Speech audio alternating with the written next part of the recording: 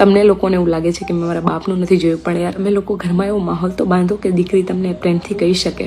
જો human behaviour છે ને એ બહુ કોમ્પ્લેક્સ વસ્તુ છે. જ્યારે આપણે વિજ્ઞાનની વાત કરીએ છીએ તો ત્યારે આપણે એમાં ડેટાને એનાલાઇઝ કરીએ છીએ. ડેટા એનાલાઇઝ કરવા માટે આપણે ઘણા ફેક્ટર્સનો ઇન્ક્લુડ કરવા પડે, જેમ કે સાયકોલોજી, બાયોલોજી, ન્યુરો સાયન્ટિફિકલી કોઈ 100% બ્લેક એન્ડ વ્હાઇટ ના હોય, આ સાચા ને આ ખોટા. કહી શકે ભાઈ કે છોકરીએ ભાગીને લવ મેરેજ કર્યા, એ 6 મહિના 2 વર્ષની અંદર એના પપ્પાને ફોન આવ્યો રડીને કે ભાઈ યાદ આવે છે ને ગમે તે, કે છોકરાની ફેમિલીથી કોઈ તકલીફ આવી હોય, બાજુ કોઈ એક્સેપ્ટ નથી કરતું, બાજુ પાછળ જવાનો કોઈ રસ્તો જ નથી, ડાર્કનેસ દેખાય છે. કોને ફોન કરવાનો, કોને સાથે ચર્ચા કરવાની, તો એક સેગમેન્ટ આપણું કટ થઈ જાય છે. જો મા બાપનો સપોર્ટ હોય તો વાત અલગ છે, નથી તો.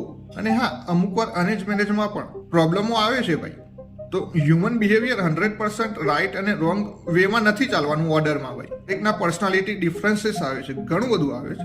એ વસ્તુઓ આપણા પાર્ટનરના અંદર એવી હોય છે જે આપને નથી દેખાતી પણ આપણા મા બાપને દેખાય છે ને આપને ટોકે છે કે જોજે ભાઈ આમાં લગભગ આ પ્રોબ્લેમ મને લાગે છે, તો ધ્યાન રાખજે ભાઈ, ના કરતો મેરેજ, ના કરતી લગન, આવી પ્રોબ્લેમ દેખાય છે ભાઈ.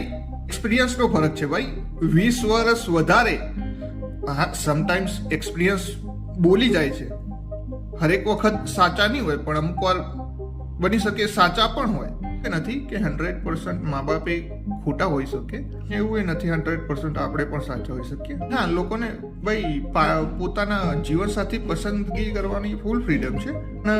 ફ્રેન્ચ કાફકા શું કહે છે કે ફ્રીડમ એક ઇલ્યુઝન છે. ફ્રીડમ એવી વસ્તુ નથી તમે પકડી શકો છો. જો ફ્રીડમ હેઝ કોન્સિક્વન્સીસ.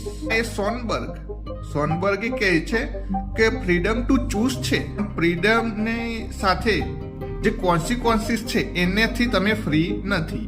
ખેર, આપણે આમાં હ્યુમન બિહેવિયરની વાત કરતા હતા, તો કોઈ આ મેડમ ઉપર આપણે આંગળી નથી કરી.